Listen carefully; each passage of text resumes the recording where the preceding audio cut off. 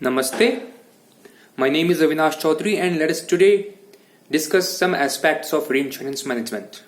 To begin with, we'll talk about reinsurance clauses.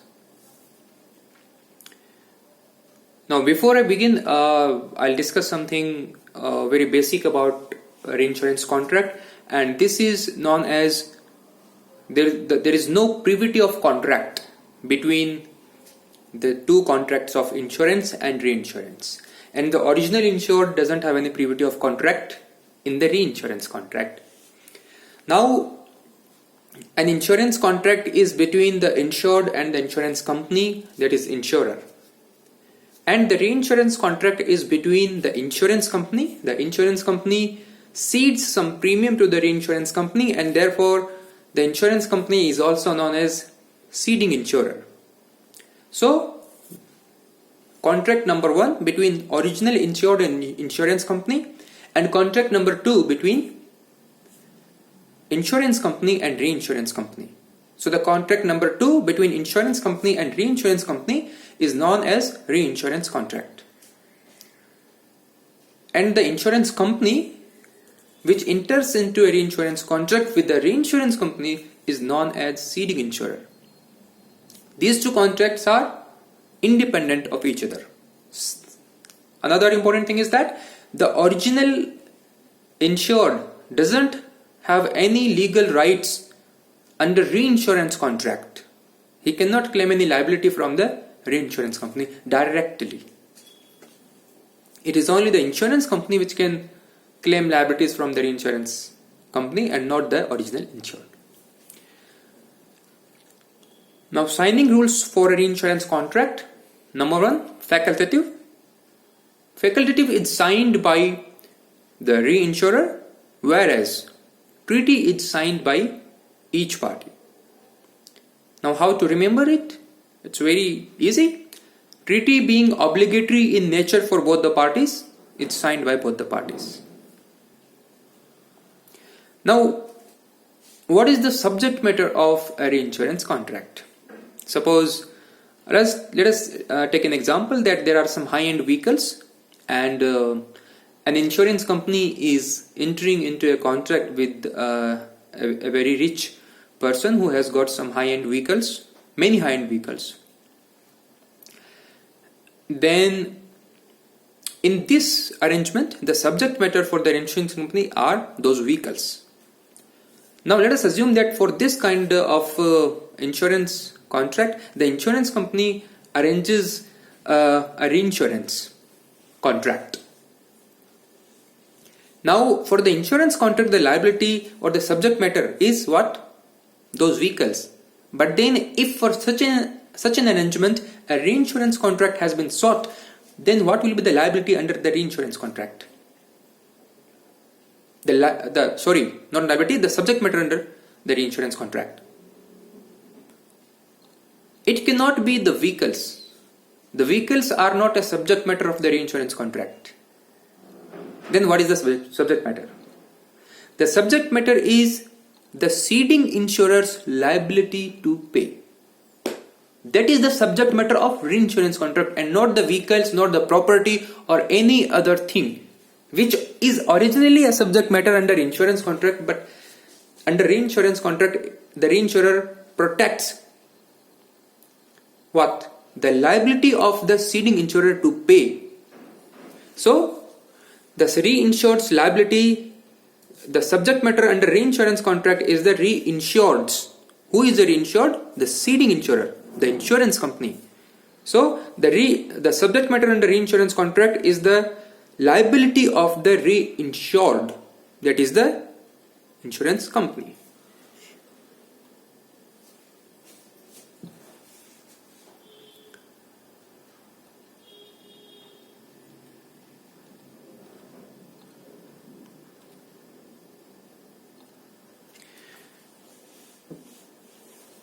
Now, I'm discussing here sudden death clause under reinsurance contract.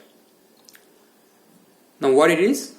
In the event of certain extraordinary circumstances, there may be a provision for termination without notice. Usually what happens, there is a separate clause for termination and commencement. Usually a 90 days notice is given if the termination of reinsurance contract is sought.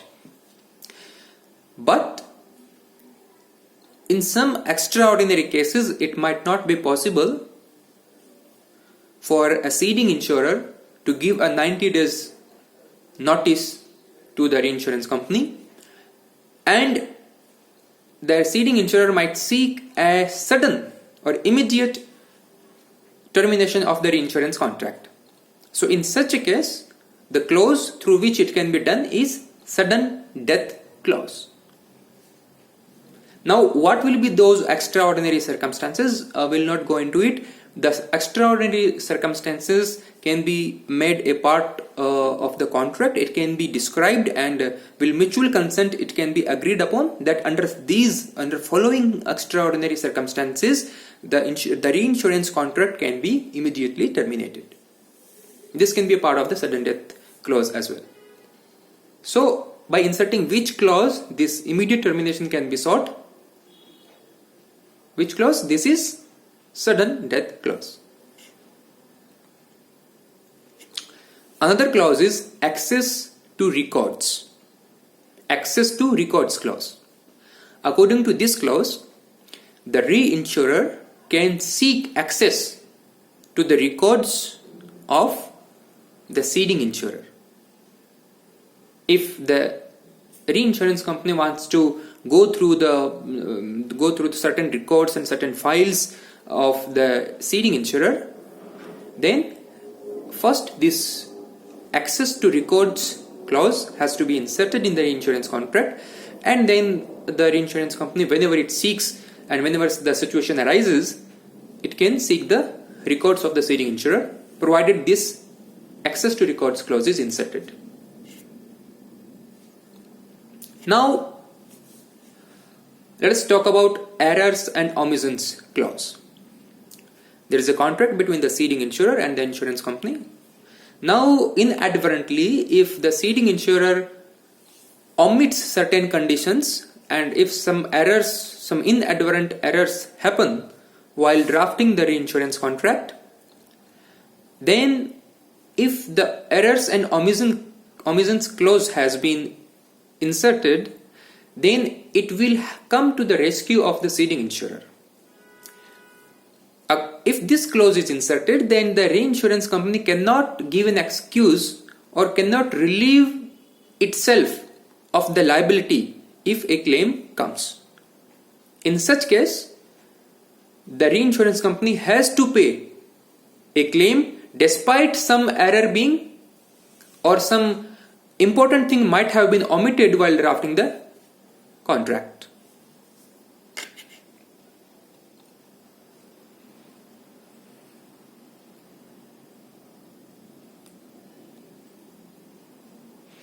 Now, another clause is accounting clause. As per this clause,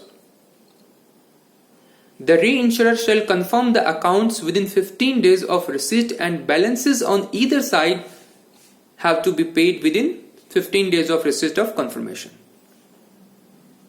The accounting clause is about how long should it take to confirm the accounts.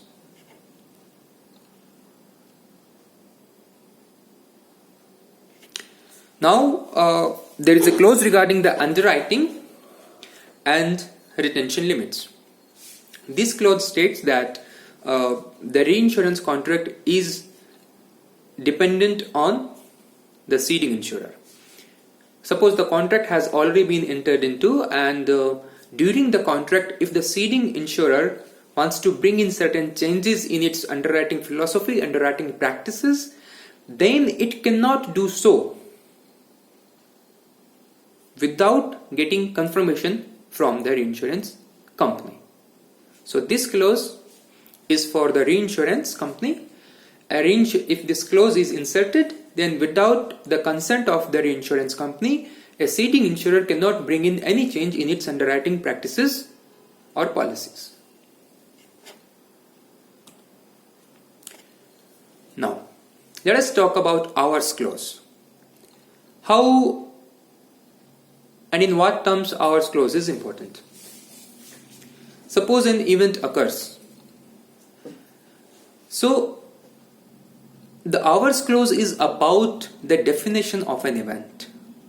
An event has to be of a certain duration, and what will be the duration of an event? Suppose a claim occurs and the peril is continuing for many hours, then what will be defined as an event? So usually the definition of this is given by hours clause. Hours clause helps us define an event which lasts for around, usually it is for around 72 hours. So if something starts, a peril occurs, and if it lasts for more than 72 hours or up to 72 hours, then whatever happens within 72 hours will be known as an event. And beyond that, it can be second or third event. Hours clause is precisely about the definition of one event that can be achieved by incorporating a time limitation known as hours clause. Usually this is 72 hours. PML access clause. What is PML access clause? PML is probable maximum loss. Now the retentions and the reinsurance amount between ceding insurer and the reinsurance company is decided on two bases. First is sum insured basis, and second is on the basis of probable maximum loss. Sum insured basis, I mean, suppose there is 100 crore sum insured of the original risk, then on some insured basis they decide like the 10 crores of sum insured is retained by the ceding insurer and rest 90 crores is reinsured. So this is 10% has been retained and 90% has been reinsured. This is deciding retention on sum insured basis. Now on PML basis, what happens? The calculation of PML will be done. Suppose the PML comes at around 40 crores. So the risk becomes what? 40 crore. And on 40 crore, the ceding insurer will decide how much to be retained and how much to be reinsured. Suppose it decides to retain 10 crores, it will reinsure 30 crores. So it is ceding less premium in the PML basis. PML is more conscious decision, and it helps the ceding insurer save some money. But there is a flip side to the PML arrangement. If the PML arrangement goes wrong, PML estimate goes wrong, it can bankrupt the insurer, and it will be also equally, if not more, severe for the reinsurer as well. If reinsurance contract is also based on the PML basis of retention and reinsurance amount. So now let us talk about the PML access clause. The PML access clause says that in case the PML exceeds the estimated amount or percent, then in such case the reinsurer's liability gets limited. PML access clause helps or comes to the rescue of a reinsurance company in cases where PML goes wrong. It limits the liability of a reinsurance company in such cases. It limits the liability of the reinsurance company up to 50% of the amount had PML not gone wrong. So, suppose if the loss would have been according to the PML, then by inserting this clause, even if PML goes wrong, a reinsurer would not pay more than 50% of the amount had PML gone wrong.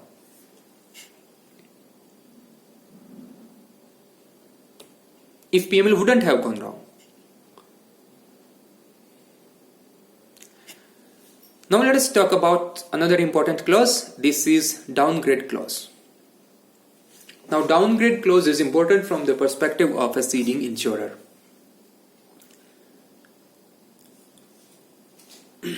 So before I talk about the downgrade clause, let us understand how a reinsurance placement is done. A ceding insurer will place a reinsurance business to a company which is good, which is financially good, and as per certain international ratings, the company qualifies, the reinsurance company qualifies for minimum rating. Now, if during the reinsurance contract, the reinsurance company's rating is downgraded, and if the rating comes below the minimum benchmark, in such case the ceding insurer can cancel or terminate the existing reinsurance contract and seek a new reinsurance contract if this clause is inserted, which is downgrade clause. Protecting reinsurance security, it allows the reinsured, that is the ceding insurer, to cancel the reinsurance contract and seek a new one if reinsurer is downgraded by the rating agencies. This is downgrade clause. Another important clause is cut-through clause or cut-through endorsement. Now generally, the original insured cannot claim liabilities directly from the reinsurance company. But if cut-through endorsement or cut-through clause is inserted in the reinsurance contract, then the original insured can directly claim its share of liabilities from reinsurance company. So we can say that the cut-through clause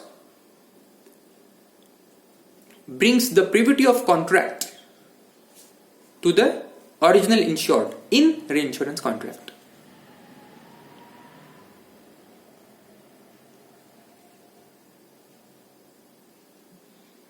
Another important clause is follow the fortune clause, which means that the reinsurer should behave as if it is a party to the original contract, which it otherwise is not. Or the reinsurer will follow the fortunes of the ceding insurer, only insurance fate, not commercial fate. Another perspective to this is that since a reinsurer doesn't have direct access or as much information about the risk as the ceding insurer has, whatever kind of risks are written by the ceding insurer and whatever claims are paid by the ceding insurer, the reinsurer is also bound to pay all those claims unless the reinsurer can establish fraudulent and evidence of fraud.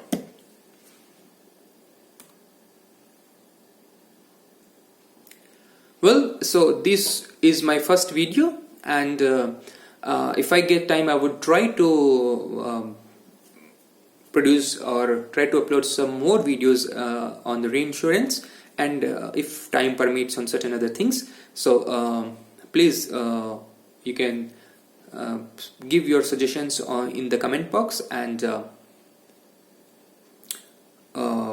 since this is the first video, there might be certain hiccups during or problems in my speech and narration, and so help me make better videos next time. I hope it would really I would be able to create better videos to help all of us. Thank you. Namaste.